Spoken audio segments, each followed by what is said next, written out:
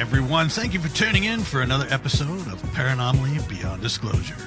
We are a weekly podcast dedicated to sincere, in-depth investigations into the paranormal, supernatural, and the metaphysical, with a special focus on the UFO topic.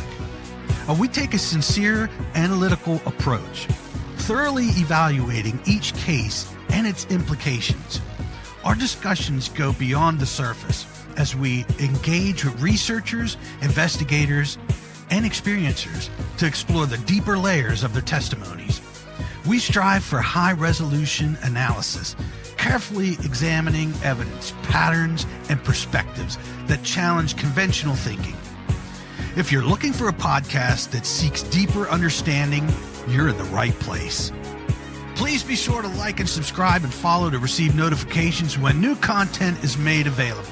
You can also visit us at www.paranomalypodcast.com for more content and information, including all our social links. Thank you again for watching or listening, and we hope to see you on the next episode of Paranomaly Beyond Disclosure.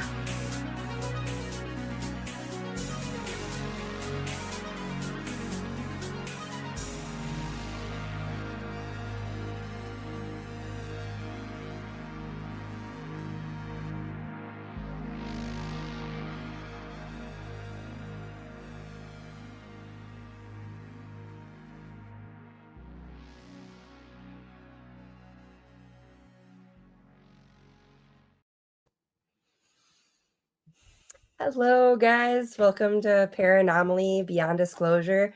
We're here with our guest, Isabelle, who spent 20 years working for Canada's Department of National Defense, a career grounded in logic, precision, and the physical world of repairing warships and submarines. But behind that disciplined life lay a mystery that she could no longer ignore. From childhood, Isabelle experienced strange phenomena, lights, presences, and sensations that defied explanation. Years later, after moving to a remote log home, she found herself face-to-face with grays and a radiant pink portal that would forever change her understanding of reality. Her search for healing led her through yoga, meditation, ayahuasca ceremonies, and the deep spiritual exploration, uncovering memories of hybridization programs, dimensional travel, and the unseen forces shaping human consciousness. Today, Isabelle stands as both an experienced and a metaphysicist, a voice of courage and insight who bridges the world of science with the mysteries of the multidimensional contact. Tonight, we're going to explore her extraordinary journey from trauma to awakening, from defense systems to the frontiers of spirit, and what it all reveals about our evolving place in the universe. So settle in, open your mind, and join us to welcome Isabelle Boivin to Paranormally Beyond Disclosure. Hi. I think I said it right. Hi, Isabelle. Hi, thank you. You're welcome. Thanks for coming on. Well, I say we just dive straight into the first significant experience, which give us first the time frame, and if there's any preliminary things that you want to lead up to before you get into this experience, No, I mean, to go right into it, I was about 29, 30 years old, so we're about in 2012, for accuracy. And now I don't remember the specific date, because to me, I've kind of, at the time, had reason with this experience, so it was just something I let off. But I do remember exactly what I had for supper that night, at what time I ate it. Like, there's so many details. It was a Halifax Explosion burger from Pete's Boutique, and they call it Halifax Explosion because it's pretty spicy. And I know I ate that around 8:30 at night with French fries. And then I went to bed in my log home in Nova Scotia, which is about, like, it's on the eastern shore, so it's about like an hour outside of Halifax. And it's in a huge tree belt close to the ocean. I can hear the surfs at night. It's a beautiful place, but this is totally like an X-File abduction spot that you would see, like typical. Sounds like it, yeah. Yeah. So I'm going to bed that night, and I'm like, there's the bedroom, there's the bed, and there's my boyfriend at the time who's sleeping on the side of the window, and I'm asleep on the side of the door. So a few hours later, I wake up and I'm completely paralyzed. And I can barely move my head and my eyes to see what's in the bedroom. And what do you And think I right off the bat, when you wake up completely paralyzed? Because I'm always wondering, when you wake up to the paralysis, you must think that there's something wrong with you, right? First, To or me, is it it's just confusion. Like I was just confused and trying to, I wouldn't say like regain consciousness because I'm awake, but I'm trying to see what the situation is about. I'm analyzing, okay, what is this? Where am I? Like, what is going on right now? So then I look to my left, and this is where I see a alien gray, very typical, and nothing like I wish I had something not typical to tell you, but it was just exactly what you would see in the movies. He had like gray skin, obviously, and big almond black eyes. And something that was peculiar about it to me was his face was all polished. There was no blemishes, there were no skin texture, there was no like wrinkles. It's almost like he had like a full-on Instagram filter on. And he was completely still. And I remember looking at him and his big black eyes and say, please don't blink, because if you do, this is going to be way too real for me and I'm not going to be able to handle it. Mm. So now I kind of managed to turn my head back to my boyfriend and I'm trying to scream to wake him up. There's no word, there's no sound coming out of my mouth, like my throat, everything, my vocal cord is paralyzed. So I was like, what is going on? And at the foot of my bed, this is where I noticed there's like a shape of a being. It's white, like translucent white, like it glows, it emanates light. Different And color than the other one, or same color? it's not an extraterrestrial being. I don't know what this energy is. It just feels like Oh, it just looks like an energy. I can see the outline of it, like a body shape, but I cannot see any definition. I can see no eyes, no nose, no like fingers or like an anything. like an It's aura. just like a blob of light that Mm. has somewhat of a shape. And next to him, there's another being that would be like similar to him, but it's almost like he's not fully downloaded. So, like the shape is half missing, if you say, like he's just kind of appearing, but not fully here, which I found weird. And to the right of that, under my bedroom window, there's like a pink portal, and it's not very big. Like I'd say it's like the size of a dinner plate, like maybe a little bit bigger because I'm sitting in bed and I'm looking at it.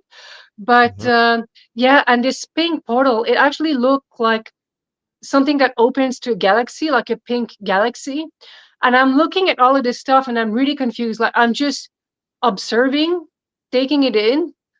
And I was afraid. I remember like experiencing fear, like, what is this? Like, but Fear of when you say, "What is this?" The galaxy or the portal thing, or not what the is this fear so overall? much at what was there is the fact that I was completely frozen in my body and I couldn't move. I didn't like the sensation of not being able to move, like Right. this lack of control. If you say I'm Yeah. vulnerable, I don't like this feeling at all. I was That gonna ask And I was yeah, gonna ask one thing if it's okay. Did you have any other sensory experiences while you were paralyzed, like scent, breathing ability, any feeling, or did you feel like you couldn't there was no other feeling, like it was just that moment? there was no other feeling at the time. Like I didn't have any kind of crown chakra opening or anything extrasensory at that time. I'm just a human being frozen in bed, looking at this stuff, not understanding or making sense of it. So now I work construction at the time. I'm repairing submarine for the military, so I'm very logical, hands-on, and I'm looking at all this stuff and I'm like, okay, so because extraterrestrial are real, like even if I believe in them, it doesn't mean because I'm seeing one in my bedroom that it's actually there. Maybe there's just a glitch in my brain. Maybe I'm actually in sleep paralysis and I'm dreaming awake and I'm projecting my dream into my bedroom. That sounds like a logical explanation to me. So with that, the fear goes, I completely rational what's happening to me and I just fall back asleep. And that's why I didn't think about it for years after, because to me that was solved. Like that's just what had happened. And Before we go on, I'd Yeah. like to, just kind of drill down into the elements of that experience a little more. Now, the sort of pink portal. Now, did that look like a galaxy in and of itself, or did you say that there was a galaxy within that? Good Or question. I would say it was a galaxy within that. Like it was a portal open into the cosmos that would lead to this pink galaxy if I crossed it, if that makes any sense. mm-hmm. Absolutely. And now, did you get a sense that they came from there? Or, like, was it your intuition, like, like No, that's because I was not looking at it that way. To me, I okay, didn't believe there was an actual extraterrestrial being. I just thought I was seeing a whole bunch of nonsense. So I was not trying to link it together and try to make sense of it that way at the time, right. because to me it was just a brain fart, like some wire crossed or something, and I It had that was the toy experience. box of her subconscious to her. Just Yeah, exploded. Yeah.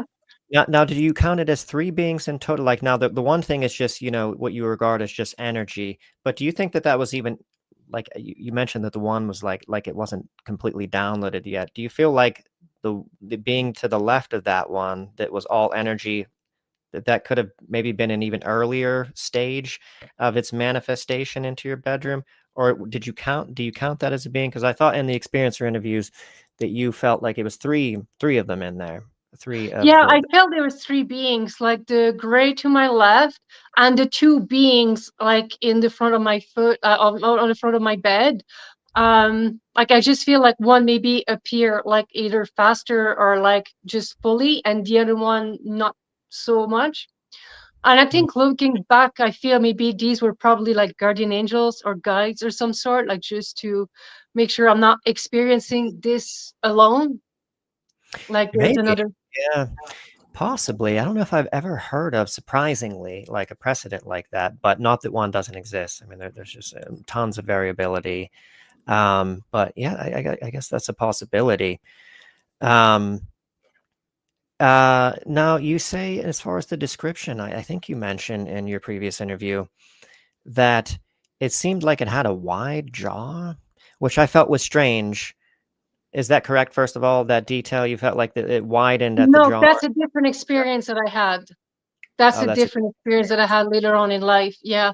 This one okay. had a very narrow, like it had like the just almond shaped face, very basic, And not nothing. and not greasy or sweaty, this one or these No, no, ones. no, no, no. This one was Yeah, this is clean. another Like it almost looked like a hologram. It was too polished, like to be real almost. Like that's what I felt like. yeah. There's something artificial looking about him in a way Yeah, because of the. I'm wondering if that's it, because I was just puzzled by that, how you described that. Like it seems like like there's a filter, like a cell phone filter on it. If it's Yeah. that, or if that's just how the grays, because there's, in terms of the common grays, now there's a lot of variation with grays, but like the ones that are really common, there's sort of two variations, right? You've got like the smallers and then the tallers. The smallers are like 3.5 to 4 foot. The tallers are maybe slightly taller, maybe up to 4.5 foot. And there's kind of differences between the two. The tallers kind of have more of a leathery, kind of striated skin-like texture to it. And the smallers seem very rubbery and kind of plastic-like, and smooth. Mm. And I'm wondering if that's all you're noticing, is that it's just these common grays, but that's just how they look because they're not organic. I mean, we don't really know, That's why I asked the question about the sense or the can't breathe feeling and stuff like that too, because usually I think that the smallers usually come with more sensory perception. Even like people finding something funny is an example, or people smelling something. Like there's just Mm. the smallers usually have more sensory, and the tallers Yeah. people usually just have the paralysis. Mhm. Yeah, I think I've heard that. Yeah. And no movement. You didn't see them do anything. There was no communication or hint of community. Like, also, Absolutely not. It was just completely static images for me to look at. And that was enough. Like, honestly, like, this is all I could take. This is all I could take in the moment. And you felt like if it suddenly moved, and maybe it was sort of abiding by that in terms of it not moving, like maybe it didn't want you to go through the ontological shock that would suddenly maybe happen if you realize, if they did move or something and it dawned on you that they were real. Maybe that's why it was static. Or I don't know. How did it, now do you feel like you blacked out, or how did it necessarily conclude? Or No, after that, like I said, I just reasons that I had some kind of weird glitch in my brain, that I had woken up in sleep, like, because when we dream, like when we're in dream state, our actually body freezes, naturally paralyzes, so we don't hurt ourselves acting out our dreams. So we mm, do get paralyzed yeah, every single night we're in dream state. So what yeah, I which had makes it confusing. concluded is I may have had awakened in dream state, and I was projecting my dream in my bedroom, and that's why I was paralyzed. Like, this is, I was just being logical about it. Like, I didn't even think what I was looking at was an actual extraterrestrial being. To me, that was just a brain glitch. Like, this is yeah. So essentially, I just, once I realized, when I convinced myself, or I find out, well, I concluded this is what was happening, I just went back to sleep. And the next morning, I look at my boyfriend. I was like, I had a strange dream last night. And he just looked at me and he said, last night was weird. And we never spoke about it, because to me, that was solved. Like, there was nothing more to it. Like I said, I just went on with my life. But I started having symptoms after that, and that's what really led me down a path, and I had to dive deeper into this. So it was no disappearance. They didn't sort of dematerialize or anything. You just closed your eyes at the end of that experience, let yourself fall back Exactly, asleep. So something could have exactly. transpired. There could have been much more to that experience than you're consciously aware. I would say Uh, most likely, right? Could be. I don't know. I don't know, to be honest. To me, I just went back to sleep, and that was that. Yeah. I I would just say, given what we know about abductions, there's probably more to the experience, and they generally don't. Although there's huge variability, they generally don't, just make an appearance in the bedroom and then, hey, how you doing? And then, leave. Um, but who knows? I'm not, drawing that conclusion, of course. Okay, so let's get into the symptoms. I think this is really important, what happened afterward. To me, it sounds very much, and I know you were diagnosed with PTSD, but to me, it sounds like PAS, very analogous to PAS, or probably precisely that. I I never was heard that diagnosed word with before. I don't know what it PTSD also. means. So post-abduction syndrome differs between PTSD and that. Let me consult my notes real quick. Well, there's external forces repressing the memories rather Yeah. than your own psyche, first of all. And it's not caused by necessarily past trauma, but ongoing trauma. And so there's some Okay. kind of key differences, I think, between PTSD and PAS, and which to me make it a different syndrome. But let's get into, what was the first thing? Now, was this right off the bat, right away, you started noticing problems and symptoms? And I was experiencing symptoms before, and I did not know why. And those were just very small symptoms. Like, I would go to bed at night and sleep, but I would wake up in the morning and I'd be physically exhausted. And at the time, I was rationalizing, like, oh, maybe I'm fighting a cold or a flu or something like that. But then, like, I'd be tired all day. And then when night would fall, when night come, I would perk up and be energized, like I should have been in the morning. And these would just happen maybe once a week, something like that. And I was starting to experience like emotional numbness. And I was starting to have like night sweats, like waking up in the middle of the night and I'll be drenched in sweat, having to put a towel. But I didn't know what to make of it. My cousin was like, oh, maybe you just ate something spicy, you're sweating something out. Like, I just generally didn't know. But after that night, that night that I first saw the ETs and these two beings in the pink portal, my symptoms went really worse. I broke up with my boyfriend. I had like my emotions were completely inaccessible to me. Like I became completely like apathy. Now the nighttime, sometimes I would have full on panic attack, shaking, having to put like a toque and a sweater and all that, and laying under the blankets, and then all of my adrenaline in my body would just like vacate, and it's starting to be like my hair started to fall out. Like I started to be really, really affected by something, and I didn't know what it was. And those like progressed over years. Like, and it was when I was 34 years old that what time was that? 34 was in March, yeah, March 2015. This is where I booked an appointment with my general practitioner, and she sent me to a psychologist within like 3 weeks. And within half an hour, I was diagnosed with post-traumatic stress disorder. And like, yeah, like the hypervigilant was there too. Like I had a slew of other symptoms, but I did not know what it was from. Yes, I had like military time.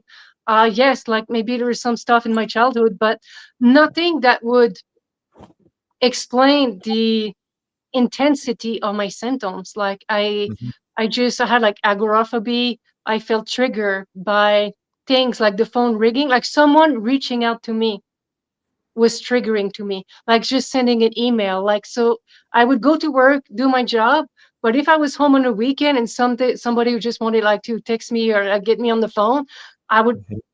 I didn't feel good about it, and I did not know why. It's almost like I felt an energy on invasion, and everything was trying to communicate with me in some ways was triggering to me, like Mm. triggering symptoms. Mhm. And Were you able to sleep at night, like at all, or were you losing sleep at night now? you're exhausting. I mean, at the time, you like I work construction, so I have a physically demanding job, and even that, I'm training 6 days a week to burn off excess energy. Mhm. I at 4:30 in the morning, I'm out in my basement lifting weights. Then I drive an hour to work. I crawl around on a submarine like it's a jungle gym. I drive an hour back. And even like on Sunday, like on the rest day, I would go hike for like 18 kilometers. Like I was just So it's almost like you were self-medicating with exactly. overexertion. Yeah, Okay. yeah, overexerting myself to sleep at night, really. Right, And you yeah. don't really sleep because you don't dream or anything like that. You just crash and burn, and your body is always waking you up in a jolt.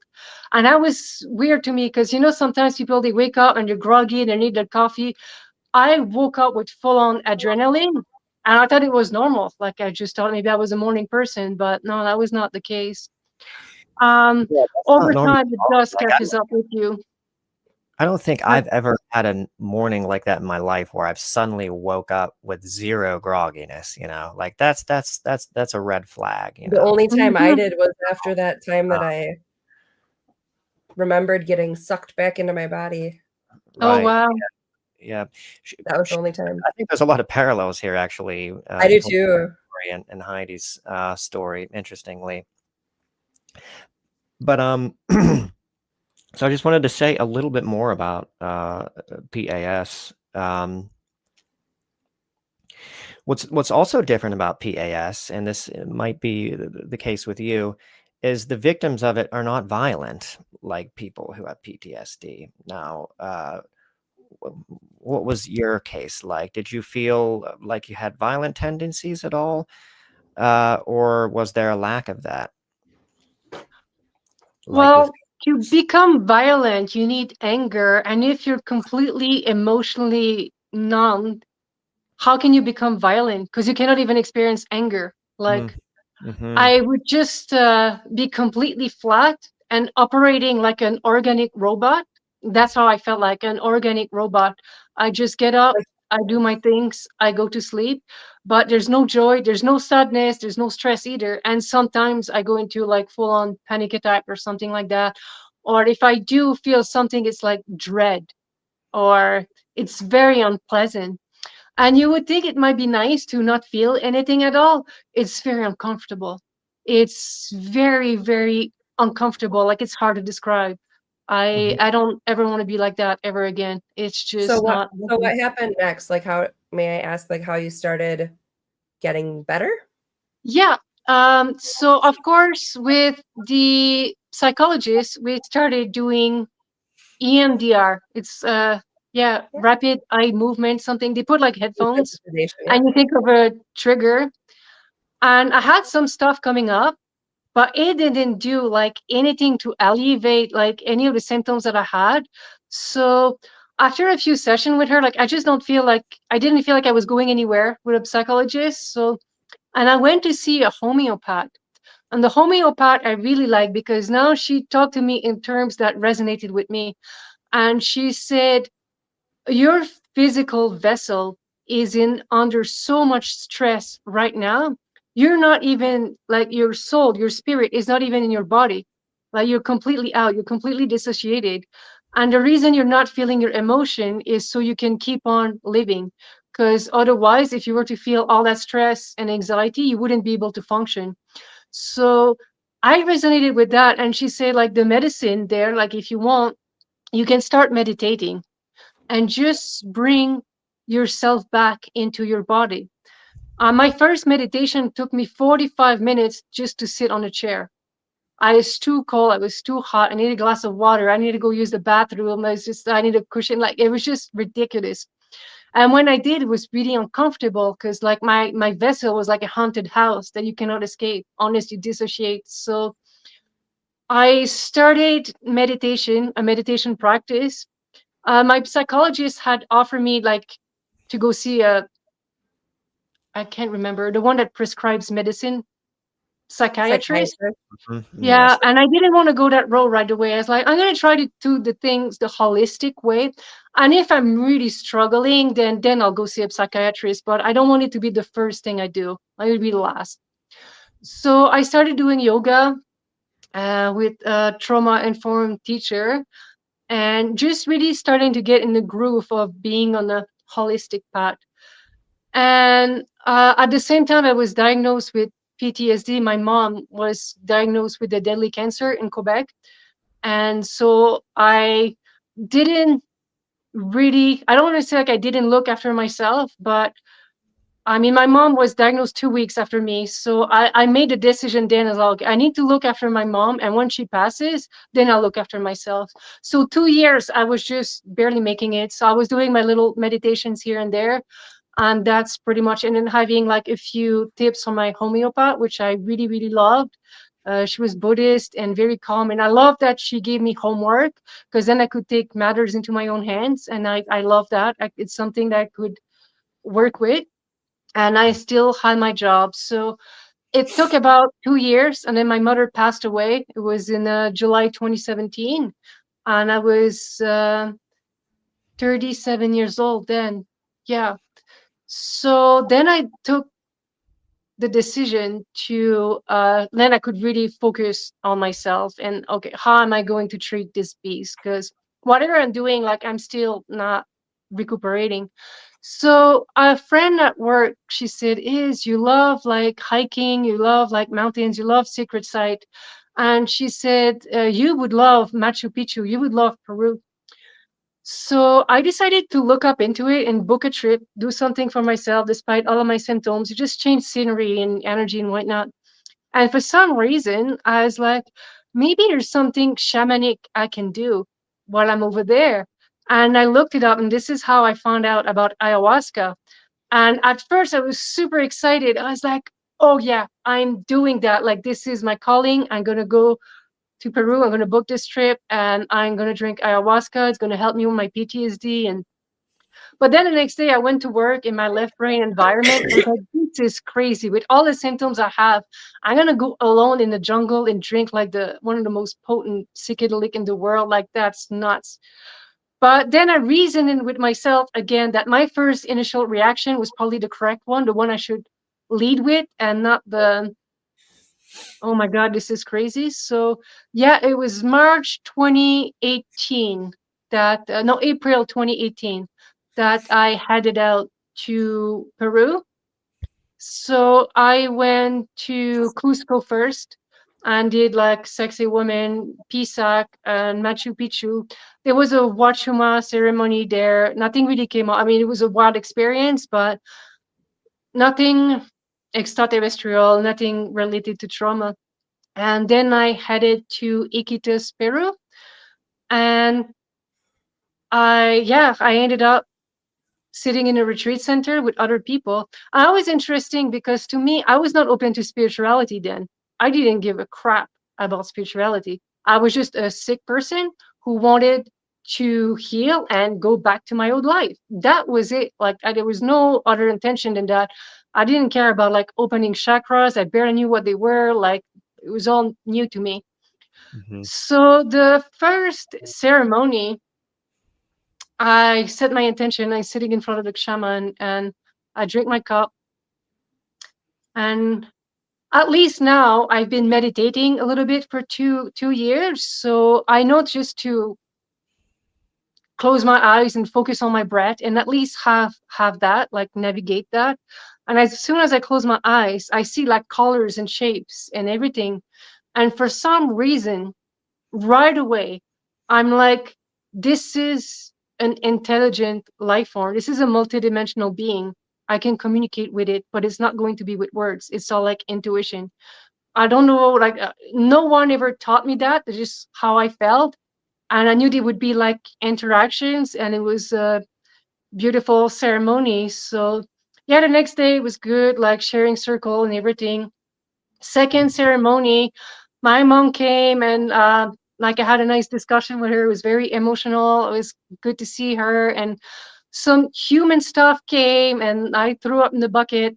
Fine, no problem there. Nothing You said you ET. had a conversation with your mom. What do you mean? Like in the vision, you had a conversation with your, or Oh, you're she not talking? came straight up. I could see her. I could feel her energy. The thing is, when my mom passed away, I was such in a frozen state. Like my mom was diagnosed, and for 2 years, I was like, I really wanted to heal because I couldn't feel my emotion. And I wanted to feel my mother's love before she left. Like I wanted to feel her presence, and I couldn't do that. So she passed away before I could be fully myself again. So I had a lot of. I couldn't cry at her funeral. Like I was just so gone. Like so that was hard. So I guess to be able to see her in the ceremony and feel her and feel all the love she had from me, that was just a gift that I didn't expect to receive, but I'm really glad I did. So that was that. Yeah, that was really, really good in that day, in that way. Um, the third ceremony was interesting. And it's funny, it's not until I started speaking about it last week, and that's the amazing thing about being interviewed, because it makes you revisit things and now you get to look at them differently or with Yeah. more understanding of what was actually happening in the space. Yeah. But the third ceremony is there was two beings that came in a canoe and they came right next to me. And this is only now that I'm retelling the story that when in dream time or in symbolism, water represents emotional state. So if you have dreams, you're walking in the beach and it's like giant, like 30-foot waves, you know you're some kind of emotional turmoil or there's something brewing under the surface. But this canoe it came in the canoe, so the water was very calm and they were throwing things in my stomach. And whatever they were throwing and pouring inside of me, I became a sea of calm. And for the first time in a long time, I could remember what it was like to feel calm. So Mm. then it was almost like a mantra. For hours, I couldn't stop saying myself what I was feeling, this energy. I'm calm and I'm safe. I'm calm and I'm safe. I'm calm and I'm safe. So Did they give you that mantra? Is that what you're saying? Did I they? think Did so, yeah, unconsciously. Like, Like you and that's the feel it in thing, your belly symbolically to as really, we're yeah. giving myself a remembrance that it's safe to be in this physical body. So again, I skipped the fourth ceremony and the fifth ceremony. What happened? Oh, the fifth. I can't. Oh yeah, the fifth ceremony. Yeah, I remember. So there was. It's like the medicine was asking me, um, how do you want people to feel in your presence? It's like, oh, I would love for them to be able to feel themselves without judgment, like to feel free to be completely themselves. She's like, okay. So as I was creating that, like we were creating this space together, I could see like a house and a nice grass and like a white picket fence. And ironically, I could start feeling like people's energy, like if somebody was stressed, I would feel this person's stress, but I could still maintain my own peace and my own sense of self, like what my own emotional body, without being sucked in somebody else's energy. And that is something that the medicine taught me, because Hmm. prior to that, I could feel people's emotion, but becoming sucked into them. So if I was next to somebody who was stressed, I became stressed. If I was next to someone who was anxious, I became anxious. And the medicine was showing me that I can just stay in my own energy. Like I don't need to take on other people's energy. And that was really healing in that way. But again, nothing extraterrestrial. And after that ceremony, we all left the Maloka. And then I went back to my bed to sleep. And this is where a being came. And he looked like a tree, like long fingers. And he was like, come back, come back. And I'm like, no, I'm not coming back. Like, this was just a one-time trip for me. And little did I know, he knew I was going to go back. And I ended up going back in the jungle a year later.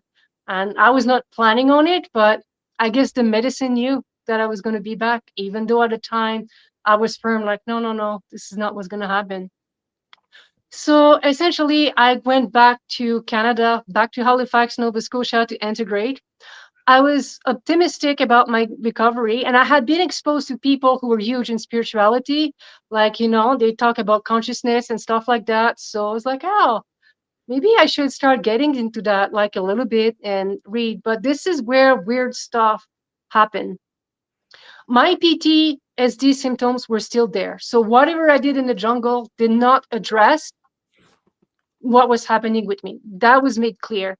Hmm. But then I started having out of body experiences, and I was completely confused by that because I didn't believe in that stuff. So I'd be waking up in the middle of the night outside of my body, hearing like animals everywhere scratching the floors, or like seeing things outside that shouldn't have been there, like trees that are not there in real life, or it was just very confusing. Sometimes I would wake up and I would feel myself dragged out of bed by something. And I was like, what is happening here? Like, did I go to the jungle and traded my PTSD for like schizophrenia? Like, that's just, I don't understand what's happening here. But I made a deal with myself. I was like, I'm going to play along for 1 year only. I'm going to follow the spirit trail or whatever this is. I'm going to play along with it. And if after a year it doesn't lead to anything, I'm just going to commit myself to a psychiatric hospital. Like, that's logical to me. I'll give it a chance, but not past a certain point either. Like, gotta stay grounded too. Because you felt that that So would happen, or because you felt like, why exactly did you feel like you wanted to admit yourself? Because you felt like that might actually be the remedy, or was there another sort um, of conscious reason there? honestly, like in a way of looking at all realities, like all potential realities, like I'm not one to jump on a train and be like, oh yeah, this is what is happening. Well, what else could it be happening here? I'm either having an awakening, some kind of mystical experience, or I'm straight up sick and mentally ill. And I don't know which reality is real. Like, I, so how do I? I feel like there's a total third option. Yeah, Is that you're experiencing something while you're not conscious, yeah, yeah. So and to you're me, not, it could be neither. yeah, I don't know. Like to me, the thing with being like schizophrenic is I was old to be diagnosed with schizophrenia. I was in my mid 30s then. This is something you're diagnosed in your younger 20s. And you could say, well, you just drank ayahuasca. Like, no wonder you're schizophrenic now. But Sure. there was again, logically, it's like, I could be a spiritual awakening. Like, I mean, I don't know. So I started like going to the Buddhist temple to meditate and like immerse myself like in different like spiritual practice, starting to take the path like more seriously, meditating more religiously, and reading books. And then eventually I had my friend who was a yoga teacher. And she says, Isabelle, there's two people coming tonight close to the Eastern Shore. Their name is Rita and Phil. They're from Sound Beings and they ring gongs. And my guides are telling me you should come in tonight. I know it's short notice, like, no, I'll jump in the car with you. Let's go. So I guess they were doing one of these group reading, like they walk and they pick people randomly. They did told me stuff about me a little bit, and I was like, okay, that's interesting. But when they read my friend and it told her stuff that I knew for like a few years now, I was like, wow, they're spot on. Like these people are good. Like they're really good. So eventually, so I had that experience, and later in the year, my friend had a girlfriend at the time, and she's like, hey, it's like you went to the jungle and experienced ayahuasca. And she said, I really would love to go, but I don't want to go alone. And she said, would you mind to go back with me? And I was like, sure, why not? So April 2019, I would go back to the jungle again, just like the medicine had predicted, which was wild to me. And what happened in between me going back there this time is I read a book by Dolores Cannon. And I mean, at the time, I'm reading tons of books because I'm having these weird experiences. And it was like Keepers of the Garden by Dolores Cannon. And she hypnotized people. And there was this guy who she hypnotized who remembered a past life as an extraterrestrial beings who would come and seed Earth and look after Earth. And she said the more he remembered his experiences, the more his psychic abilities grew. And that book made me revisit that night where I had seen the gray alien, the two beings, and the pink portal. And I was like, oh my God, what if that was actually real? Like, what if these experiences were real? And I'm like, then I started to clue in. I was like, okay, I have post-traumatic stress disorder. I don't know why. And now I'm starting to take this very seriously, these extraterrestrial abductions. And I'm about to go back to the jungle and drink ayahuasca again. I was like, this is a bit much. So what I decided to do is to contact Rita and Phil from Sound Being and book a private session with them before heading out to the jungle. So I think it was in January that I went to them, and I was leaving in April. Yeah. So in January, I go there and I drive 3 hours to meet these people. And I walk inside of the house, and Rita's busy with a client, and it's Phil that answers the door. And he says, please don't tell me anything about yourself, because I had booked a gong session. It's an hour. And he says, after the hour session, we're going to tell you things, and we want you to know that we're genuine. Like, and I was like, sure. So he told me about like his work with the police force. They're from the UK, and how they got to Nova Scotia, and very nice people, super like, that I felt safe with them for sure. So then it was time for my gong session. So I lay on a massage table with a pillow, and Rita was going to ring the gong, and Phil put his hand on my head to give me like Reiki while I was laying on the table. So they rang the gong for an hour, and I'll never forget. The first thing that Phil said was, yeah, it's the first, he says, your energy all went into the wombs. Like you have a lot of healing needed in that space, in your womb space. And I was like, okay. And the second thing he says, you have a shitload of extraterrestrial DNA. He says, we all have some to some degree, but you have a shitload of it. And I'm like, oh my God, like there's no way he could have known any, like, I really started to be like, oh my God. He says, no, you're going to go back to the jungle, drink ayahuasca. And he says, that's going to open a whole other portal for you. He says, you're really connected like to ETs, and it's going to be like a highway for you. Like you're just going to be connecting with all kinds of things when you come back. Like it's going to be life changing. And I was like, okay, thank you for the heads up. So now I know this time I'm heading to the jungle, and I'm about to go to the root of my trauma. Like I'm about to find out exactly what happened. And my mind is positive, but I'm also nervous. Like I wouldn't say I'm excited, like, because I know what the medicine space is all about. And yeah, so I go back. The first ceremony, I drink a cup of ayahuasca. I go lay on my mat, and sure enough, the vision started to appear. and there was 3 grays extraterrestrial being, and this time they weren't Photoshop. They were like Instagram pretty at all. Like they had space sweat on. They had expressions in their eyes. I could see they had like a wide jaw. They were like dark gray, and they looked incredibly like they were rushing. They looked like they were in a hurry. And I remember wondering, how many people do they have lined up that they have to operate so fast? That's the first thought that crossed my mind. Did it seem like Secondly, there was an examination happening?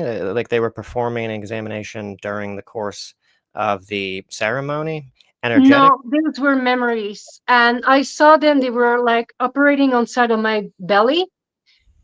And I remember telling the medicine, I was like, I know what you're showing me right now. I know these are memories. And this is, I don't want to have to see it, please. Can we just not see it?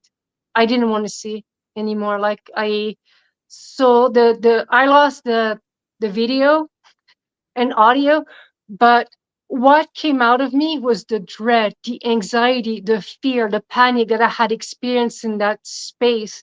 This is what had kept me in a frozen state all of these years, was the emotional numbness, because what I've experienced up there was so traumatizing that I just couldn't process it. Like I didn't block it. I know they mess with my memory because I have an awareness of knowing that they operated without any pain, medicine, or freezing.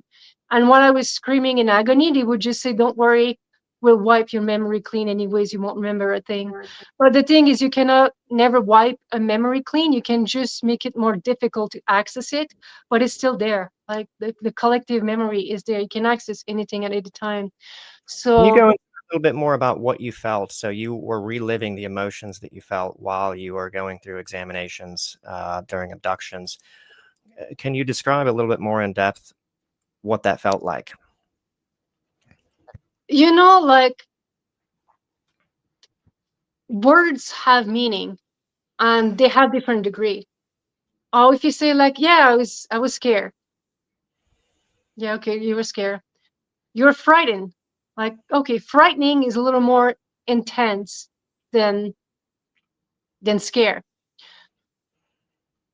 I don't know what word would describe like frightened 1000, but this is what I felt like the fear, the sheer panic, like it was just, I remember laying in the Maloka, just wanting to go out and hope to be eaten alive by a jaguar, like to be put out of my misery. I was like, I would rather die right now than feeling how I'm feeling, and just power vomiting, like throwing my guts up like a sea cucumber, like just, Do you feel like it there was, was some people almost in extreme states of fear almost have like a kind of ego dissolution where you dissolve into like a more primal state where like your personality is gone, like Whitley Strieber kind of describes, the fear as being like that, like you're unrecognizable internally, at that point, like there's this just entire different primal, core of self, that just replaces you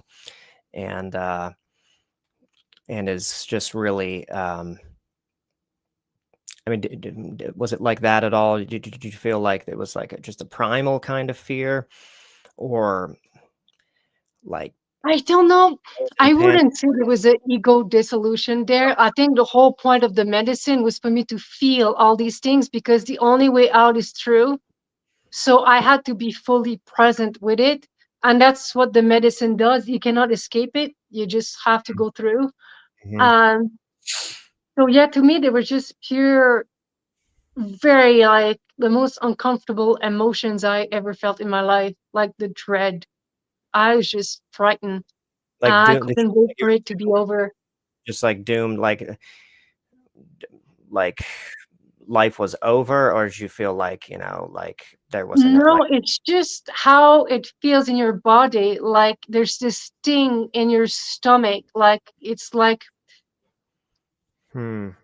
it's just so heavy. It's so yucky. It's just disgusting. Like it. I don't even know how to describe it. Like yeah, there's doom and gloom, but it's just a The violation? It's inescapable. Inescapable. You Right. cannot escape it. Like, yeah, it's just it was dread, a lot of dread. And yeah, I wouldn't say like I felt any kind of rage in that space, or like there was not sadness, but it was just mostly the fear, like the fear that I had experienced up there to whatever they were doing at the time, which I found out later, that I was like, oh, I guess it was just releasing these suppressed emotions related to that experience that had happened up there. Were some of the And emotions in reaction to pain? Did you feel like there was extreme pain experience during the examinations, and some of that emotion was resulting from the pain? I think the emotions were resulting from the pain. I didn't have to relieve that pain. I'm glad. Not in that way anyways. There's other things that I had to physically release later that were really weird, but not at the time. So Because it's interesting that because with some abductions, there's great mitigation by the ETs of the pain that the abductee goes through. There's they may place a hand on a forehead, and you feel calm, after that, or they'll look you in the eyes and entrain you and kind of these alter guys your had way of behaving. absolutely zero bad manners. They did not give a rat's ass about people's comfort in that space. It all I find out later that this race of extraterrestrial beings were actually no longer able to reproduce, and their world was dying. They had messed up their like atmospheres beyond like recognition. So if you think of a dying race that's struggling to keep alive, like you can kiss like empathy goodbye, or like proper, like there's just a level of humanness and morality that just flies out the window. Like these guys are in survival mode, hardcore. They don't give a crap. They, I don't know, with my But do feeling. you feel like Why they're you kind of turned into like a puppet of a human being was because of the amount of helplessness. No, I mean these guys, they had no morality. Like they just didn't care about torturing people. To them, they're just in survival mode. They want to save their planet. They don't care about the main two. They don't care what they have to do to save their world type of thing. So they Right. just, I think they were operating out of desperation. Like I'm not saying when they were a thriving race they were like immoral or anything like that, but if you think of operating from a place of survival, like these ETs were in survival mode, hardcore. Like they just were trying anything they could, and so it so they weren't malevolent, you would say, but they were oh, big completely time. indifferent. Yeah. They weren't Yeah. malevolent, or you think they were malevolent? Oh, I think, well, Malevolent they means were they intend surviving. They were trying to save their world, and they didn't care about which ways they were going to go about it, plain and simple. And if you think too, their resources were probably short. Like that's probably why there was no pain medicine or anything like that. Like they were just struggling to keep it together, really. So I think that was my feeling. So What I did don't you want to go judge them and say they were mean. Like, is it awful? Yeah. Like, no, you shouldn't be doing that. But they were also in a very difficult environment themselves, right? It wasn't just everything is fun. We're just going to go experience on humans because we can. It wasn't like that either. So They seemed like they were under strain of some kind. exactly. They were on pressure we cannot understand. Like, I mean, what would the world be if we knew we only had 25 years left on this planet? Like, do you think it'd be like walking hands in hands, or it would be more like Armageddon here? Like, would people turn against each other for the last bit of resources, right? It would, that kind of situation I But felt they were under. but with control at the same time, do you feel that they were sort of rushing and under some kind of strain, but kind of controlled in a kind of controlled way, or was there some recklessness? Normally, there's uh, you know pretty I would say a high degree of precision, where they're not dropping things. That's typically what is noticed. did this differ at all in that regard? Was there Well, recklessness at all? I'm just because this is Or interesting. possible projection. what do you mean optical projection? No, possible. I'm curious because sometimes I can imagine, like, in that state, like, I know the being seemed like sweating and all that stuff, but I can't imagine. And this is just looking outside the box. I totally 100% believe you. But I'm just curious if you say a feeling of inescapable terror and all of this importance. I'm just seeing how much you feel that when you got these answers with these beings that this was all 100% fact, or if some of it was like their emotion mixing with yours a little bit of what you were witnessing. No, because I didn't get this information in that space. That came later. Because after Okay. during that ceremony, so I'm just purging the emotional stuckiness of what I experienced up there. And as I'm starting to be on the tail end of that purging, there's some beings that come and they say, by the way, you have like psychic abilities. You don't need this shaman. You don't need this medicine. Here's a protocol. When you go back to Canada, we'll take it from there. And I was like, oh, okay. So all of my ayahuasca ceremonies after that, nothing really happened. Like, because it was not this, it was no longer the space for me, and it was not what was needed. So I ended up going back to Canada. I did the protocol, drumming around my house, making like all of these safety checks, cleansing, drumming. And I always remember the first time I laid there and did the first protocol, and I felt my chakra opening. I was like, ooh, and I felt my energy like filling my living room. I was like, ooh, that feels really nice, like really, really, really nice. And then I started feeling sick. And I was like, oh no, like I was about to purge again. I was like, I thought I was healed, like silly me at the time, thinking you heal and then that's it. But no, I felt a tribe of Native American people coming up from the basement, and they stood in a doorway, and I went to look at them and I say, they asked if they could come. And I said, yes, but all energy exchange has to be balanced between all involved. I don't know why I said that. I just did. And then I could feel the weight of the world they had on their shoulders. So I just was breathing with them. And with every breath, I just held space for them, and the air became lighter. And then they moved on their journey. And then I felt great again. And then I started feeling sick again. And another tribe came. Same thing happens.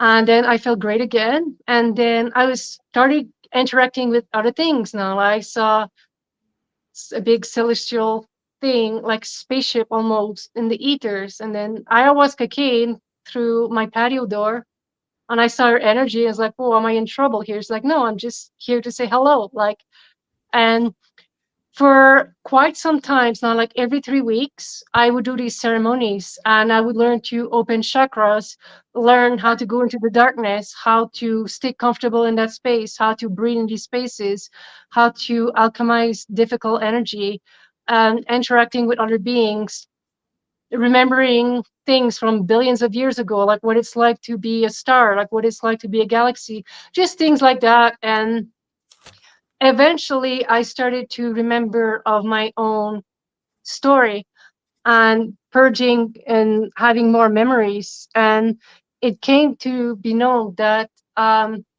they took eggs from me, and I had a daughter that was born out of these extraterrestrial interactions. And How did you come to know this? How did this information come to you? a good Precisely. question. It all came through my ceremony. So I would sit in meditation, and then I feel like a bulk of energy. And sometimes it's not pleasant, like it's not always a pleasant energy, but I feel into it. As I'm feeling into it or releasing things in my body, like images and informations and memories start to flood back into my conscious. So this is how I receive this information. And essentially that this race of extraterrestrial beings, they had apparently made a deal with the US government that they will help them with technological advancement in exchange of genetic like sampling on the population to help their own race because they weren't doing very well. And from that, I saw that I had a daughter that they took from me that they mixed with them, and she didn't make it. She didn't make it past like 6 years of age, and that their world did not make it either. They essentially like they just the entire race collapsed, and they didn't survive their predicament. So I would say that chapter of extraterrestrial abductions from these beings no longer happening. And that's probably why also people are starting to remember, because they no longer have the strength, they're no longer there to keep suppressing the memories. So now we're left with things bubbling in the surface and putting the pieces together, really. Can we just And I pause? knew that was real because as I'm purging these things, this is how I started actually feeling better and experiencing less symptoms and starting to come alive again. Can we just recap what you just said there? Of course, yes. So you got information, which was essentially that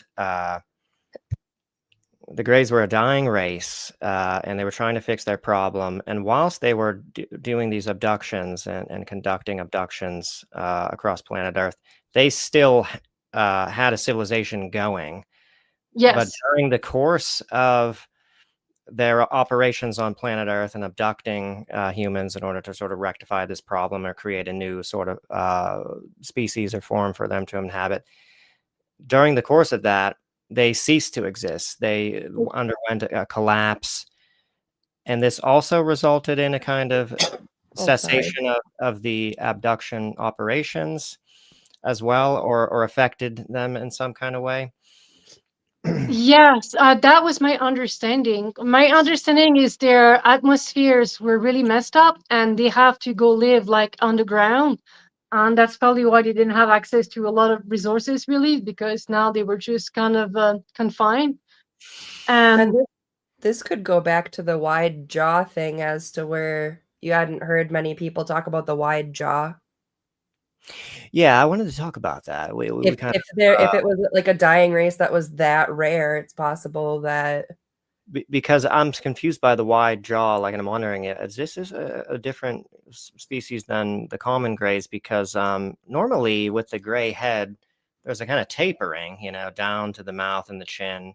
It doesn't normally widen out, as far as I'm aware, with most, depictions of grays.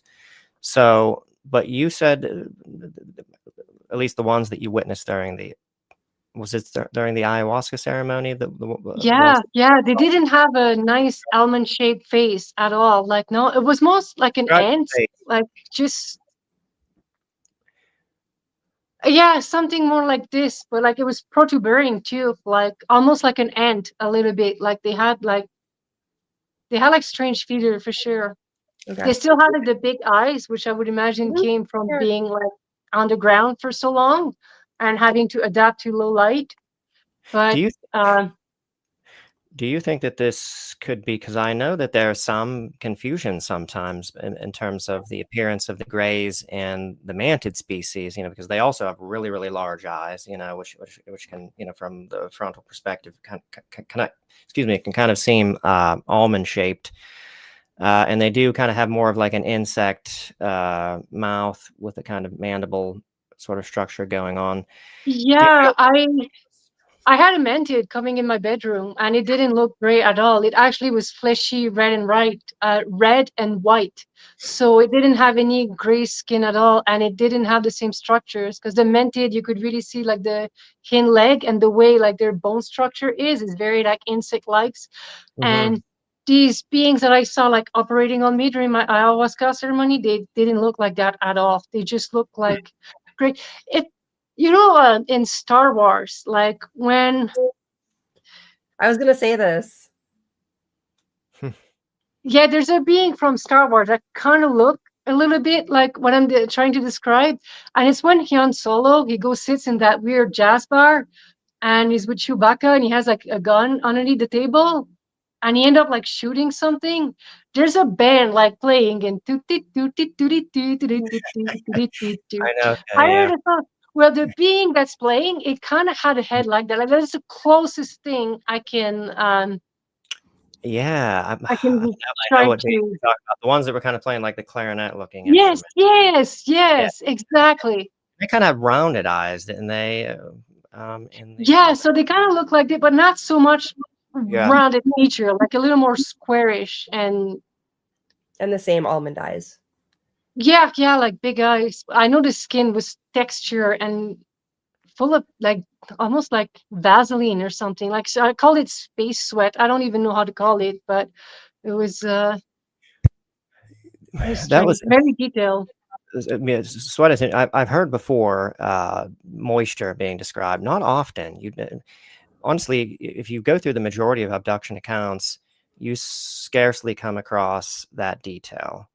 But you do sometimes. I had on a guy from the UK who had close interactions with greys, and he described it as like a moisture. There was like a kind of moisture adhering to the skin.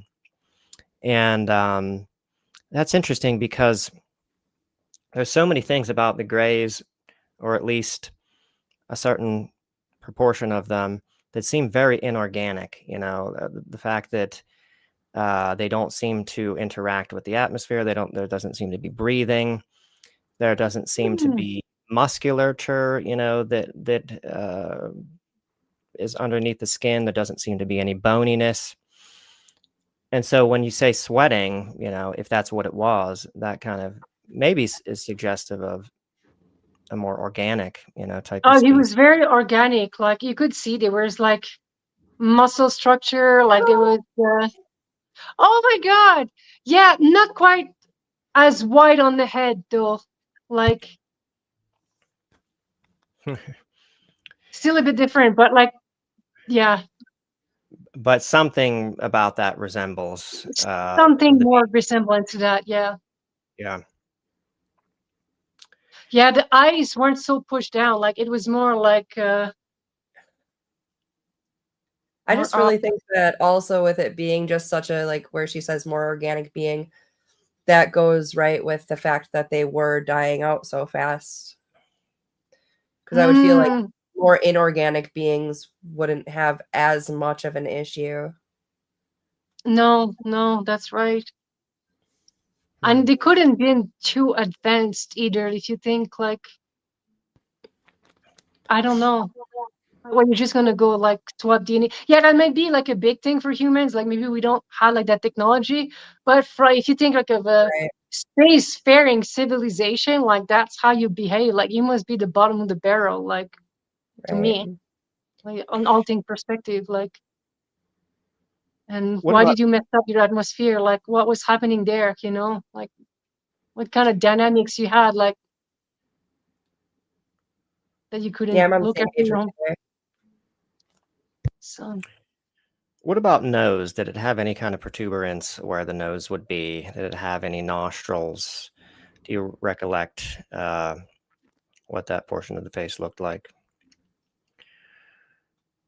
From which visitation? Like From the the one that we're talking about, the ones that had the sweaty appearance, that had the appearance that resembled slightly the Star Wars character.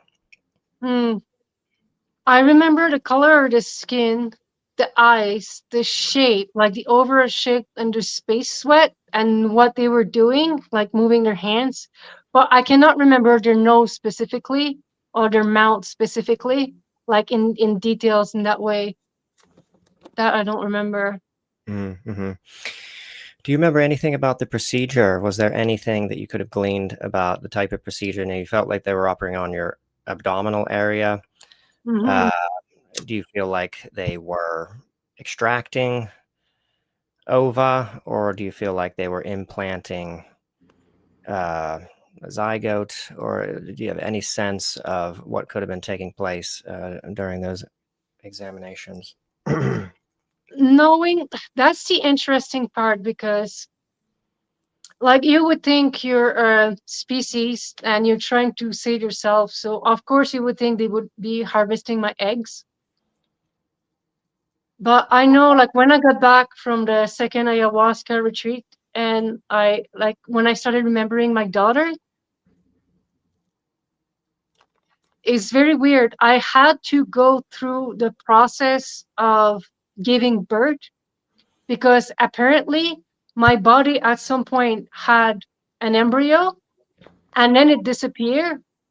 And my body was very confused by that, because there was no, like, it was not expelled through, okay, a miscarriage, or it was not like an abortion in a way, like it was not, there was no birth given.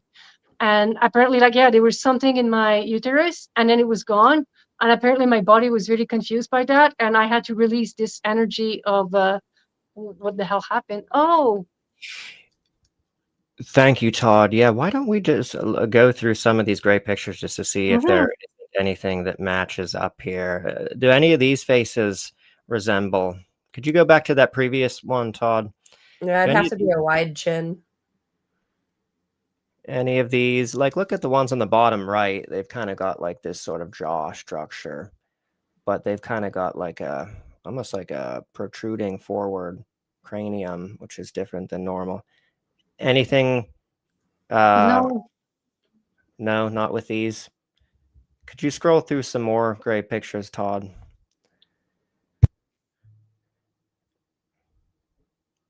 There's a separate folder outside of this folder that's gray specifically.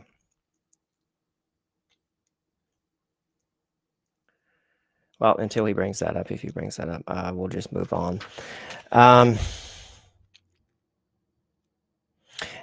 Do you recollect the body at all? Was it a slender body? Did it have clothing? Anything like that? Do you remember I seeing No, anything? that's a good question. I don't remember clothing. Here's the thing, like, I remember it's like I was sitting on a bed and I had like a white cloth, and he was standing at the foot of the bed, like hunched over me or something like that. So I Mm, couldn't really see like the bottom of his body, because like like the view of the bed was kind of blocking it. So like I couldn't see like anything, let's say from the chest down, and just like the arms and the confusion of even seeing these things. Like, that's the thing, because it happened in a flash, and I know it was like, whoa, this is too much. But no, I don't remember any clothing. No. So these look different. So you're saying that these grays just don't look like the ones that you No, saw. because the eyes are way too close to the mouth and the nose. These beings didn't have like kind of a smushed in face. Like, it was more like there was more distance between the eyes and the nose and like the bottom of the jaw. So a little bit more like human? Yeah, but still with very big eyes. Like, but it was nothing like this. Yeah. I see what she's talking about with the more human for sure. Yeah, I get and I think you mentioned, I don't know if you mentioned it so far in this interview, but you mentioned that they were taller. They were like at least 6 feet tall, or I guess I can't remember how these beings were. I've seen some really, really tall beings, like the mantis that came in my bedroom were tall, like super tall. I think their hind leg was like Hmm. 6 feet tall, and they were like hunched over me. But and I had another being that I saw in Guatemala that was really tall too, but it didn't look like a gray at all. I think sometimes they mask themselves. They don't portray themselves as who they actually are. That's what I They, was thinking. yeah. So I feel the one that I seen in my ayahuasca ceremony was very legitimate. I don't think it was masking at all. I think it was his true form, which because it I was don't know. unflattering. It wasn't. Because it was so unflattering. There was so many details. Like, I know if I was going to put a filter on, like, I wouldn't put space sweat on my filter. Like, it would make any sense. Like, I would. So Yeah, Mm-hmm. because it was Yeah, so like they organic. usually, yeah, they wouldn't necessarily make it scarier than what it is usually. No, that's the thing. Do Because you want I've had experiences with like going the astral planes and like receiving Medicare there. And the beings, they always clock themselves as humans, but they always take the time to show me behind their ears, like there'll be like fish gills, and be like, "I'm not human, just so you know." And then I know, and this is okay to me, like because they're respectful, they're taking the time to show me, and usually after these experiences is to actually help me heal, and that was the whole thing for me. Like these were just memories, but I was just to prep me for what was to come. Because eventually, while I was doing these ceremonies back in Canada, I started first questioning all of this. Because again, I'm a rational person. Like I'm still going to work on Monday morning repairing submarines, despite having all of these experiences, and I'm not telling really anyone about it. So then I started questioning myself because you think of stories like children's stories, like werewolves and like vampires. And if you Mm-hmm. think like back in the day when there was no electricity, people were more active during a full moon because the paths are lit. So there's more activity outside. And this Mm. is also when there was more like murders because it's a good way again to kill people, I guess, if you're into that. And that I started thinking that perhaps, like, if you think of something that goes out at night and kill children, it's like a human being, but it's so horrifying to think a human being would just go out at night and kill children. So you have to mask it as a werewolf. You have to create a beast around it because the thought of it being a human being is too vile. And I started questioning my own experiences. And I was like, what if I experienced something that was so traumatizing that just the thought of it coming from another human being is too much for me to accept? I have to mask it as an extraterrestrial being. And this is where I started having dreams of extraterrestrial beings showing me, like, no, we're real and we're going to come back. Like, we're coming back. And they say, like, it was October 2019. They say, yeah, October 2019. By the end of October 2019, he says, you're going to see us and you'll know we're real. That's like, holy shit, okay. So then I started being excited at times, like, wow, that's cool. But then, like, I'd be alone in my log cabin at night. I'd be so scared, like, oh, why me? Like, and I was going back and forth and trying to manage the best I can. And sure enough, it was like October 31st, 2019. I'll never forget. I go home to my log cabin, and it's so cliche. I wish I had something different for you guys to see because it sounds so cliche, but this is what happened. So I had to stick with it. And there's a Mm. big storm outside. I'm on the ocean almost. So and there's a big like hurricane. There's like big gusts of wind. The rain is pounding. I go down in the basement to grab some wood for the wood stove. The light bulb pops. It's like, oh, that's weird. Okay. So I carry the wood up. I lit the wood stove. And it's October 31st. They told me the end of October. So it's either tonight or it is what it is. Like, so eventually the power goes out in my house. It's nighttime. And at the time, the neighbor, like they had a generator hooked up to their house. So if the whole neighborhood lost power, I could hear the generator goes off. But now it's so stormy. I was like, is it just my house or the whole neighborhood blacked out? So I decided to go out on my back deck just to see if I could hear the generator. It's too noisy. And then this is what I see, a light, like a green light, and it lights up the sky like almost like a mile wide.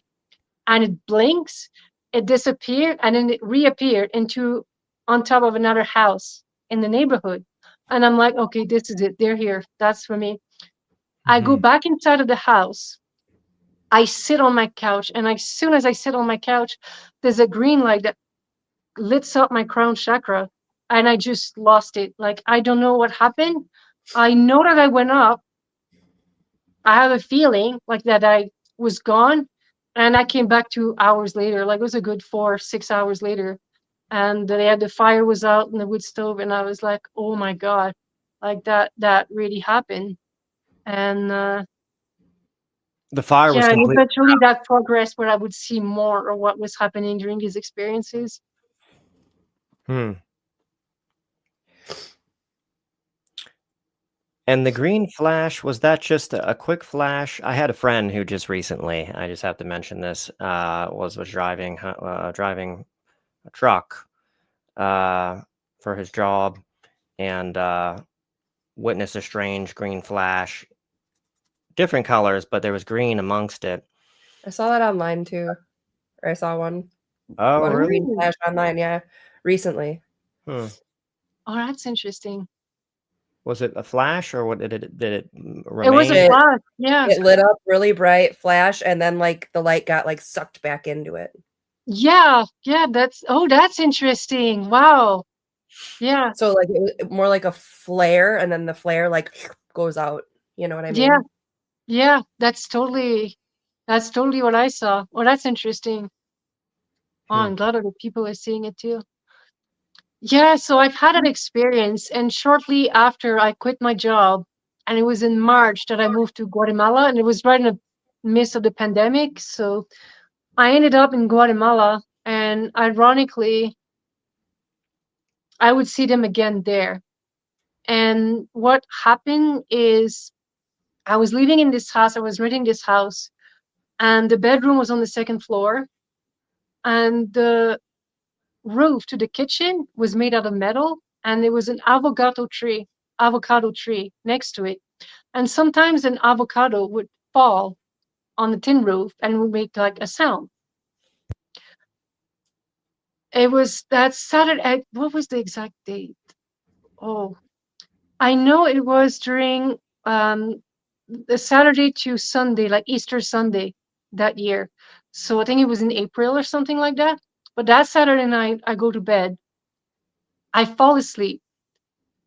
And then I hear an avocado hit the tin roof, but not like it had just fallen out of the tree with gravity.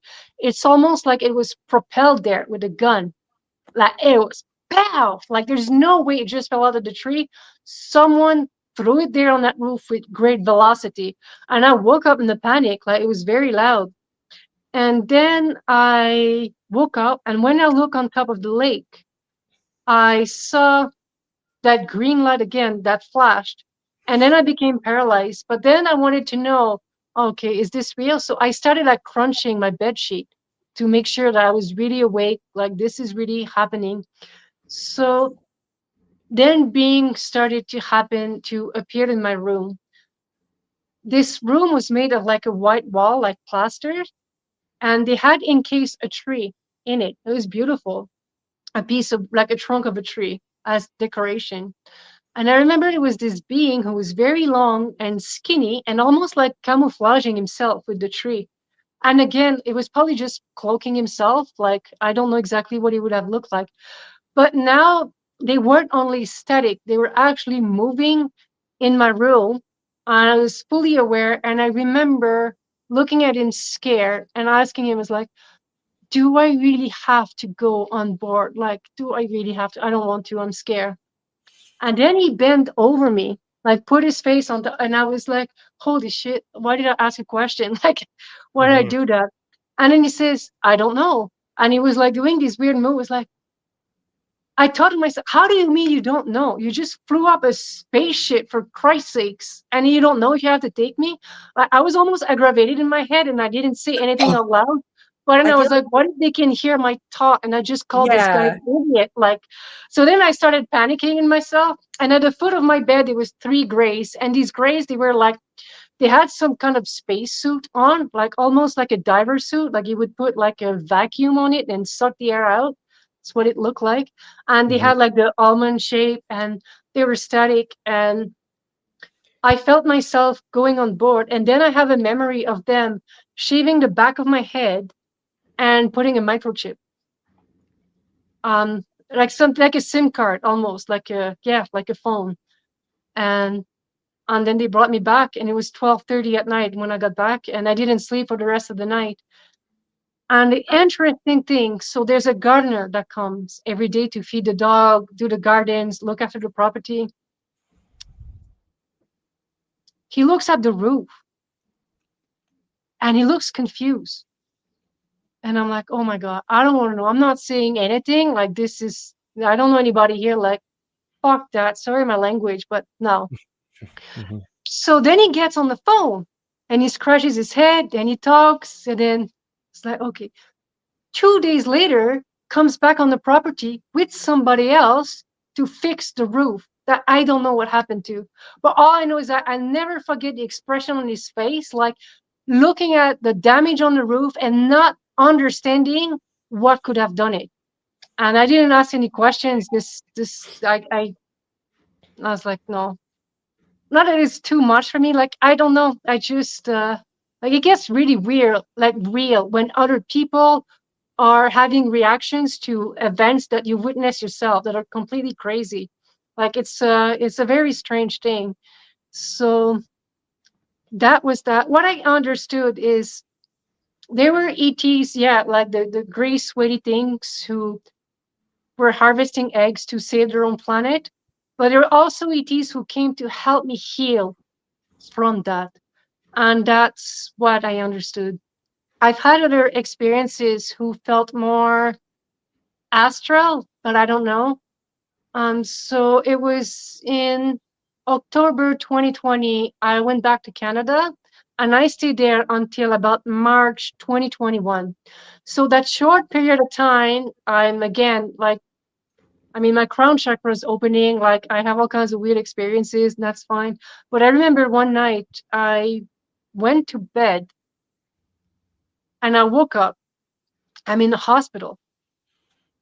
And I'm like, oh, logic again takes over. It's like, I must have had a concussion and my neighbor found me and I'm in the hospital. That's the only logical thing I can think of.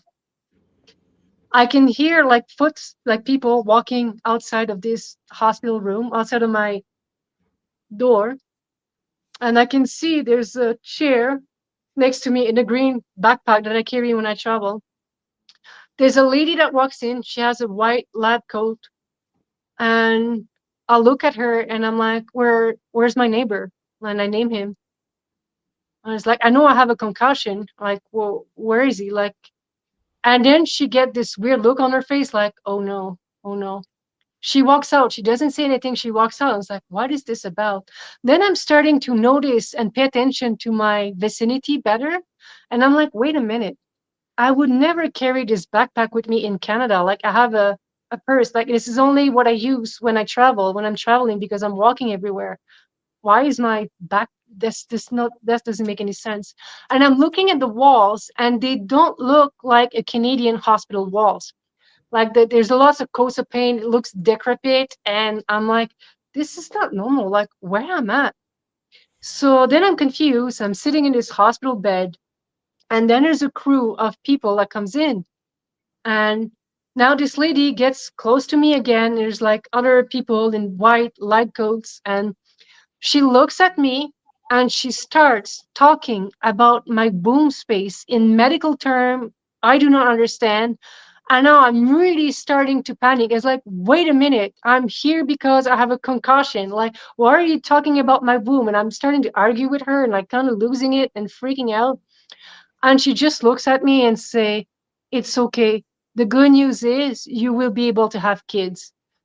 And I completely, I get really angry. And next thing I know, I'm back in my bed in Canada. Like, I never went anywhere, but I think I did, maybe in another realm, maybe in another energetic space.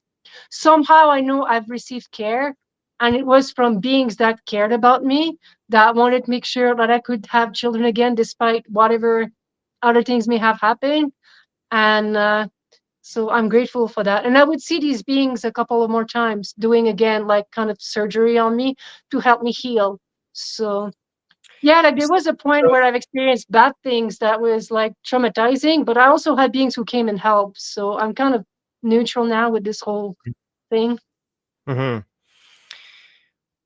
So if it wasn't an actual physical abduction, what you just described there, and it was just your energetic self that was taken to some other realm, that's kind of I what think you're so. implying, right? How would I just don't understand how that would have any impact on like whether you're able to have kids, in your physical body. And sometimes I wonder, I think there's just some confusion, with these kinds of experiences. And I wonder, if there are other aspects of ourselves which are also physical, or which are quasi-physical, or have some in between kind of status, My understanding of things, that's personal to me. I'm not saying this is how the universe works. It's just how I came to make sense of it. That answers this kind of question is the universe is not three-dimensional. Our brain is. We are interacting in the three-dimensional physicality because this is as much information as the human brain can process. So Mhm. when we look at the cosmos, we project this 3D reality in our understanding of the cosmos. The 12th dimension, time doesn't exist. The whole thing collapses and it looks entirely different than what we're experiencing now. So when we have multidimensional beings coming into our reality, our brain gonna have like there's extra information coming in because there's a higher dimension and we don't know how to process this because we have three-dimensional brains, so we construct things. I'm not even sure now I believe in spaceships. I feel this is what we see because our brain cannot understand anything past that, and as a way of being like taking into another dimension, I feel this is what sometimes these experiences have been for me, like being not even out in the cosmos, but out in another dimension. And my brain mask it as a hospital bed with these beings because this is the only way it can process it. Yeah, So right. technically speaking, I am out somewhere receiving something that is beneficial, and the technicalities is really subjective to my own ability to interpret this excess information, and it's going to translate it in a way that will make sense to me. Mm. But you could have like an exact experience as me, but the way you're going to interpret it, it will be entirely different. It's the same thing, but it's not because we're different, and it's Right. meant for us to be able to draw the information we want to draw in from it. I don't know. This is Yeah. how I came to make sense of these experiences, and that checks for me. Like that's a sound That theory. I think I that is happening I on some, followed that. Yeah. but I think that there's so much consistency too, between different experiencers and different Mhm. abductees, in terms of the appearance of the beings, in terms of the appearance of the craft, like there's people like John Carpenter who have Right. Yeah. regressed multiple abductees, who were part of the same abduction. And he had like 49 things that they both described exactly the same, Wow. like it was just like to a T, the same. And so it seems like in those experiences, there wasn't a lot of, projection of the mind going on. There was some objective reality, it would seem to suggest, there. Which So I it think seems like you're this for both. you're Go kind ahead. of going toward that craft. Look Mhm. for similarities, find the similarities. Hospital room, most likely not. There's most likely not a Canadian hospital room, where you're receiving a surgery or a healing. But Yeah. when it comes to a craft, I mean, you have to look for similarities. But when it comes to an actual hospital room, you pretty much don't have to look for And that is definitely a symbol, most likely. What that got is a symbol because we associate Right. hospital with receiving care, receiving Yeah. surgery, like getting physically better. So I think like Yeah. yeah, like if I'm seeing myself on some kind of hospital setting, then it I has have to do loads with of I have loads of the same thing like you. So oh I no, totally get it. Yeah, when wow. I go to sleep, I get loads of symbols where I get messages that help me heal. So I completely get it with you. Same with meditation. I'm able to communicate with all the things. But I'm also I like the hardest part for me is just keeping both feet on the ground as a mom of 3 girls and not having the world that I'm aware of go to them who they have not experienced things So it's very difficult for me to balance the two. Yeah, having kids would be very grounding It because you have is to be so so grounding. physically present with it. Like you can't Yeah, be just lollygagging in your head, like they're yeah, there and they're demanding your attention. And yep. that's the thing I You can felt helped me feel, work in construction. Like you can't yeah, just walk under a crane with a hard hat and not pay attention to your surrounding. It's dangerous. So yeah, like yeah, it's having like very um outerly experiences, but while also working a very demanding awareness job. And I think that kept me yeah. grounded and helped And me. just so you know, I did learn how to take breaks from it and say, I don't accept anything right now. Nice. And Yeah. I actually can go, say, 6 months, and then all of a sudden something will happen where I'll want to, start journaling or something, and then boom, I open the door back up and think, synchronicities and messages and all that comes through. And then because I have a family, I can I have to ground back down sometimes and be like, okay, that is enough. And I have to put another boundary. And I have like specific rules. Because I've been told also to focus on my kids, that my kids are very important. Yeah. But just so you know, if you ever want to just take a break for grounding, like you can literally put a boundary too. And it's I actually have because really I nice. have to pay Yeah. the bills like everybody else too. And it's funny And because that's the recently I was hardest like, part. guys, okay, I spent like 2 weeks like starting a podcast, doing this, an interview, blah, blah, blah. And now Yeah. I need to have work online. And the next day, I had like 3 jobs that came within 24 hours, like boom, boom, boom, boom, boom. So then I worked those jobs and I was like, okay, now I can do more work in the astral, but it's always conditional. I need to look after myself here. And when these needs are met, then I can open myself up to something else. And That's I'm glad to exactly hear how you mine have, is too. yeah, Otherwise I lose grip. Like there yes, is definitely a yes. constant balance. And we're Yep. also here to be humans. Like Right. these experiences, they can ostracize us from civilization in some ways because your reality now is just blown out like so much. And how do Mhm. you relate to the world, right? That's Exactly. And always I been don't want part to of reach the point where I cannot go and walk to people in different walks of life and not being able to hold a conversation because it. Mhm. I'm so far out or so far deep and I feel like I'm too much in my own stuff about it. Like it's Yep. I don't want to lose my ability to connect with people either. Yep. So yeah, it's nice to have that balance. Um, I'm happy to talk to you. It's nice to know like other people who also have like the way you seem to operate in that space. Like it feels like Yeah. similar to me, and I like that. Oh, absolutely. Well, And I have your whole experience from when it first happened. Your PTSD, I also got diagnosed with PTSD, which I later found out was absolutely the PAS, the post hmm. abduction. And it just absolutely was. I had like extremely similar stuff there, and Jim knows all about it. Maybe I'll send you my interview with Oh him, yes, please do that.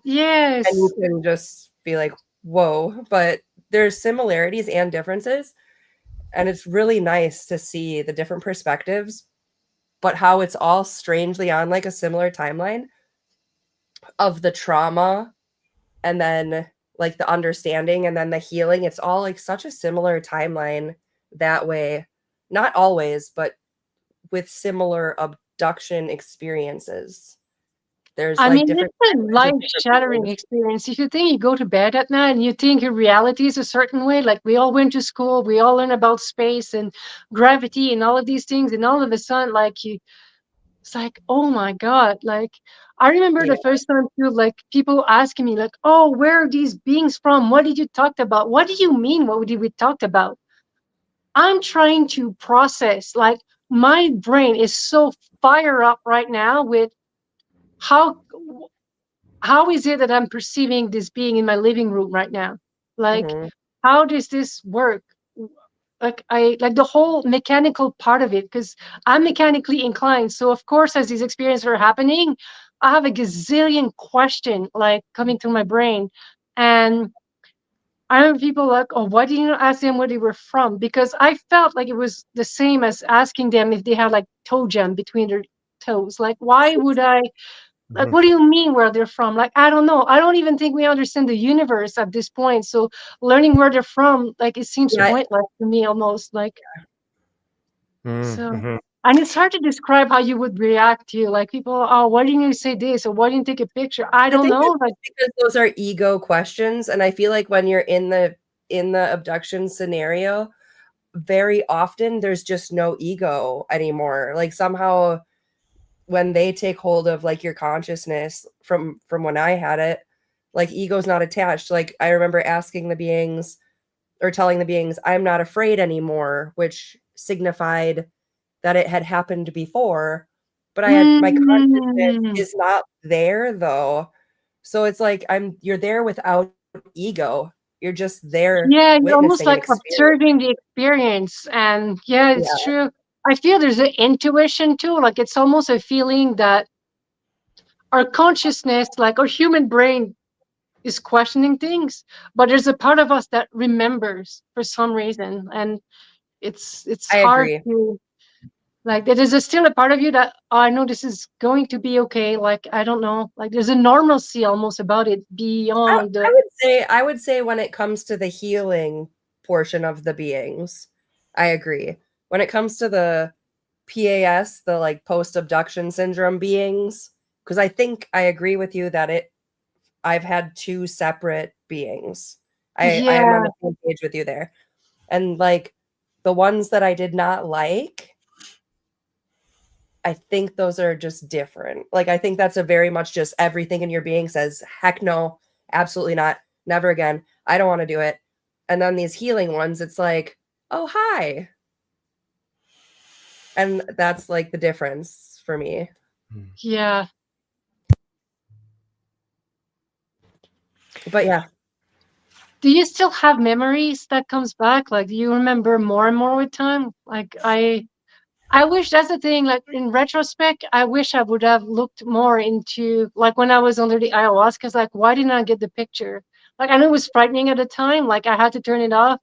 But then there's a part of me is like, I really wish I would have seen more, look more, like, I've actually hit a point of completely at peace with not knowing and being in this moment, and I don't care anymore. nice. That's a good That's where place I'm to at. go. Yeah. Yeah. But I study it from a non-emotional perspective Mm-hmm. to try and help other people organize it with Jim and Todd. And What about what you were saying, though, Isabelle, in terms of what someone told you about the more you remember about the experience, the more your psychic abilities will come online? Can you talk a yeah, little bit more about that? And what is the mechanism there in terms of uncovering suppressed memories that would activate psychic potential or reactivate psychic potential? Is there anything that you know more about? Yes. No, I'm glad you asked, because Yeah. these are questions I ask myself too. And here the best way I can describe it. First, it was referred to in the book Keepers of the Garden by Keepers of the Dawn. It was a I think book it's by Garden Dolores. by Dolores. Keepers of the Garden by Dolores Cannon. And she's the one who interviewed a gentleman who, the more he started remembering his experiences with extraterrestrial beings, the more his psychic abilities grew. And that is true for me as well. The more that when I started uncovering my memories of extraterrestrial visitation, my psychic abilities did Mhm. like unfold exponentially. Which happens to a lot of abductees as well. Not all of Yeah. them, yes. No, Um, as these abilities grew, did your amount of peace stay the same, or did that make the curiosity more like pulling at you? Well, let's just say there's two things that was at play there for me. First, I'm mechanically inclined, so okay, how does telepathy works? Please come and explain to me, like I'm 3 years old, how you can communicate with me telepathically. I want to know the ins and outs of it and the mechanics of it. And I made a whole YouTube channel that discuss all of these questions, like how does this work, right?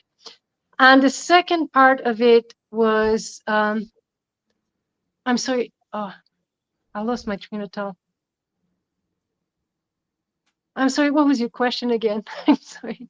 So what was your How the abilities grew, and then as they grew, did your amount of peace stay the same, oh or my did your curiosity alter with that? See, at first, when I was having these experiences, my brain would fire into the mechanics. How is this possible? And then the next part of it was like, how am I not going to be a channel for bad things to happen here on Earth? What do I need to know? What do I need to anchor in my heart, in my like to so I'm not a portal for shitty stuff to come through me? And I had those big concerns as well. And of course, I had like questions regarding the involvement of like ET programs and Earth visitation. So it took a while for me to integrate this information in my daily life and answer all these questions that I had. Like, I spent years meditating and getting bits of information. And now I feel at peace because I'm confident in that space. I've trust myself in my ability to discern between certain energies, what feels right. Jesus Christ is a big part of my path. Like I feel like to having in your corner when navigating these spaces, like he taught me a lot, and that's what brought me peace. Is my mind has settled that I don't have a gazillion questions anymore. The questions that I have has been answered in a way that sits right for me. And again, I'm not saying that I have the answers to everything or the universe in general. I just know that I'm at peace with my experiences. I'm at peace with my abilities. I'm at peace with my abilities to discern. Um, Also knowing that I'm a human being, just like everyone else. I may make mistakes and whatnot, but it's all part of the process. But I Mhm. think ultimately was to learn to trust myself is what led to peace and And to and accept you what's acceptance, you know. what specifically are your abilities that you would say? I feel into energy and I can like it transform into like thoughts and images and information, and that can be applied to anything like ancient sites. I can go to Göbekli Tepe 12,000 years ago and see why they built it, what it was about, and why they left it there, what effect it had on consciousness. I can communicate with another galaxy and compare it to this galaxy, or why does it feel this way, what do they do here like they're differently. I had beings coming to me. Like I know last year I had some men in blacks coming to me, and they say, hey, you know, we really messed up and things like that. So I was like, okay, well, here comes Jesus, and let's settle that and send you on your way, buddy. But you have to face prosecution. Feeling into, wait a minute, there's been a lot of interactions between different species. Like you think of interplanetary operations. What are the rules of engagement? I was in the military. Like if I'm deployed somewhere, there are do's and don'ts. Like I'm not allowed to fire on certain people. I'm not even allowed to fire first. I need to be shot at first before I engage, type of thing. So then be asking what are the rules of engagement when it comes to interplanetary operations, and tuning in into that, receiving a packets of information and be like, oh, okay, thank you. So I don't actively always like, oh, I'm going to meditate on this today and see what happens. It's just sometimes I wake up and I feel an energy, or I see someone's trying to catch my attention, and I can be like, sorry, dude, I'm doing dishes. Like, I don't have, like, just come back later. And then I can sit and meditate with it, and I can feel the energies until it is red. And when it sometimes can take 2 days because I go back to it and I go back to my life and forth. And when it's over, then it's done.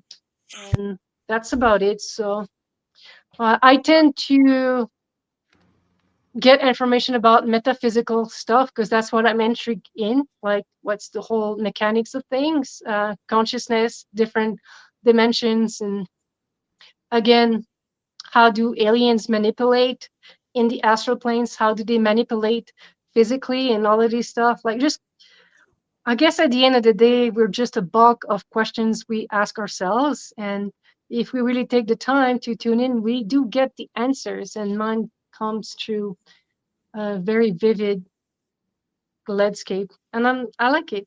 I'm gonna lie, I like it a lot. Mm. All right. Well, I have to ask you before we end this, Yeah. what is the history of Göbekli Tepe? From what I understand, Göbekli Tepe, it puzzles scientists because they have animals on some pillars that looks like dinosaurs. And from my understanding of it, this was a giant stargate that they built to help humanity shift from hunting gathering and go into hunting. And here's the thing, like, if you think of you're a hunter gatherer, the way you're going to interact with your environment is going to be different than if you turn away from agriculture. Like, when you're a hunter gatherer, you want to be around fruits and vegetables when they already bloom, when they're already in seasons. So the way you interact with your environment, the way you interact with the seasons is going to have to shift tremendously if you want to start planting stuff. And that's what apparently the Göbekli Tepe was there for. And because it was to change the way we were going to treat animals in such a way with farming and evolving to that, all of the animals came in the astral planes. And that's why we see picture being depicted as dinosaur. I saw a big energetic vortex, and they were just, again, cultivating this information. And it took a long time for them to gather all of this information. And then they moved along and started spreading that knowledge of, yeah, you can actually take seeds, you can plant them. And you may think, well, that's just such a small thing going from hunter gatherer to agriculture. Look what agriculture did for civilization. We wouldn't be here right now talking through this phone if Right. it wasn't from agriculture. Like, it completely transformed the shape of the earth. It was a huge technological advancement at the time, like unprecedented, really. This fire, agriculture, I mean, that was a big thing. And it That was my understanding of it. gave humans, free time to, pursue other things, arts and, other Yeah. specializations. Time out of survival mode, really. Well, yeah, because we didn't have to travel so much. We could have like dwellings and start like storing things, and like you said, like start cultivating other things like writing. And yeah, it was like agriculture is the foundation of the modern world, really. We understand it, and that's what Göbekli Tepe helped with. And I'm not saying probably other things happened there, because obviously it's a massive structure, but it was one of the big things that happened there, apparently, that I And saw. it was, and one of the other mysteries about it is it was completely buried, at some point. This massive, complex of circular structures, they buried it, and no one knows why they did that. And I don't know either. and hearing you say Stargate, I don't know why that kind of makes me think that maybe they were sort of closing off access. I don't know if there was a Stargate there. Maybe there was some reason or other. And who knows, how long, it existed for, and what controlling forces, had, control over it, during the course of its time, and what their changing motives might have been, over the course of time. But yeah, anyway, do you want to end real quick by sharing it with us, if we can, in brief? I don't know if it's too long or not, about the Stargate that you're doing something with or opening in Ecuador. Yeah, there's going to be different stages to that, but right now, like, there is a Stargate that I spent the last year opening here in South America. And there are portals who have been stabilized, and you guys can all communicate with it on your own. I really encourage you and invite you to do so. The information comes from a 12th dimensional galaxy called Arcadia, and it's pink, like the pink portal that I have seen in my very first visitation that I can recall. I was going to say And that was first that? experience you had. I was curious if that first experience you had, because I noticed a pattern that first you saw the gray being, and you said everything looked like a hologram in that first experience. First you saw the gray being, then you saw an energy, then you saw a being that you didn't know yet, and then you saw the portal. And I actually watched as you were talking how it happened in that order. Oh, wow. So I everything was a never, hologram.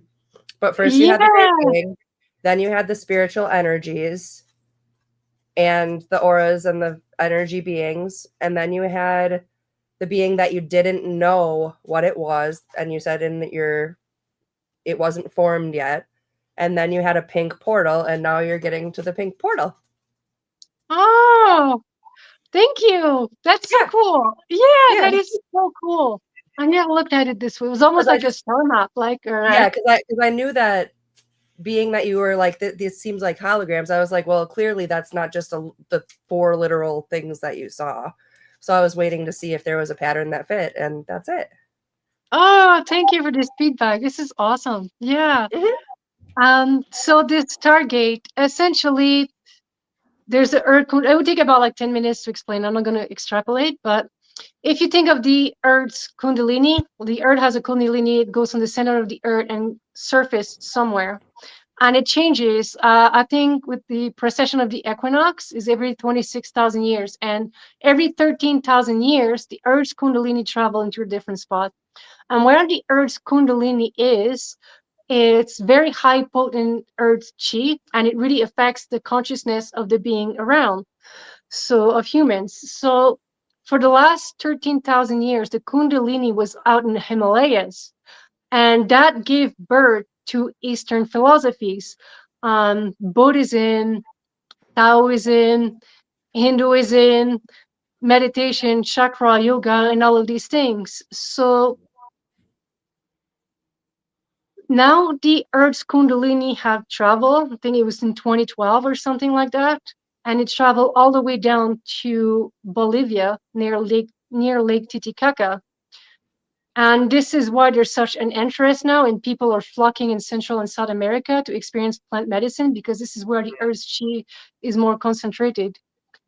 Now, if you think of the Eastern philosophies, and let's say you do reach enlightenment, Buddhahood, it is still only one small step into a giant staircase as far as human consciousness can go.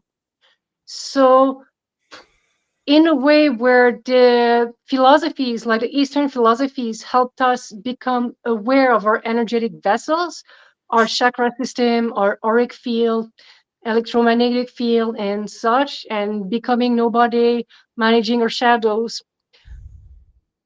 The second step in our human evolutions is to learn how to direct this energy to have a direct impact on the physicality around us. Think of abilities like telekinesis or alchemy or genetic modification, just using our chi and our prana only. Now, this is a big responsibility. We don't want to be like hurting other people or destroying our planet with our abilities, with these abilities, right? So this is where this Stargate is coming in.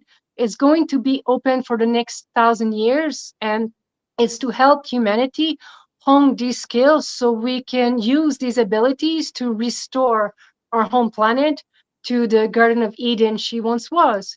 So think of developing telekinesis, but to pull plastic out of our oceans, or alchemy to restore the excess CO2 in our atmosphere, or restoring our genetically modified food back to their origin, and just using our prana. And this is the future of humanity as I see it. We first need to actually heal our past experiences with the grace and bring all of this ET stuff to this awareness, to our awareness, heal that. And when it's done, then we can invite other energies to help us and create a complete heaven on earth. If we choose to, it's available for us to realize this potential. So, yes. Yeah, Arakaria is this galaxy who is very rich, and the reason it is because every being they have a symbiotic relationship with each other, and this is essentially the intelligence, the wisdom that's going to be coming out of this portal. How can we develop a symbiotic relationship with ourselves, with each other, with our home planet, and expand that energy into other cosmic beings in the universe and start fresh. That's what I That's a see. great way to close it. I invite you. I'm super happy. Yeah, Yeah. I'm gonna ask you to message me it, the Yes. name and everything, because I have to have all the information aimed right. So in the end, Isabelle Boivin journey Yeah. came full circle from fear and paralysis to multidimensional understanding. Sorry, I have a cold. She's learned that contact is not just an outer phenomenon, it's an inner transformation. What began as terror in the night evolved to the realization that some encounters wound us while others heal us, that even in the aftermath of trauma, there are intelligences within ourselves working toward restoration and balance. Isabella reminds us that the universe may not be bound by the dimensions our minds perceive, that what we call a craft, a being, or even a hospital might be the language of our consciousness, translating higher realities into something that we can understand. Her message is super clear. The journey through the extraordinary isn't about escaping the human experience. It's about expanding it, finding wholeness between heaven and earth, fear, faith, between what we see and what we feel. So as we close tonight, we're left with a question, not of proof, but of purpose. What if the visitors we fear are simply mirrors of the consciousness that we are becoming? Until next time, stay open, stay grounded, and keep seeking what lies beyond disclosure. Thank you so much. You did fantastic. That was awesome. Well, I learned a lot and related to a lot. thank you. I'm looking forward to really see your experience and chat with you Good. more. Like, yes, yes. Yeah. I love what you share with me too. Thank you so much. Like, You're very welcome. Just the yeah. beginning again. It's always another chapter. Yeah. Oh my God. Thank you so much for having me on your show and doing what you do and spreading awareness and having curiosity. And it's nice to be interviewed by different people where at first I just share my story, but you asked for details. And this is so important to, like, can we go into more? I really loved it. I really love what you do. Thank you so much. You are so welcome. Thank you. Thank you so much. Yep. All Thanks right. for Have a good night. You too. have a good night.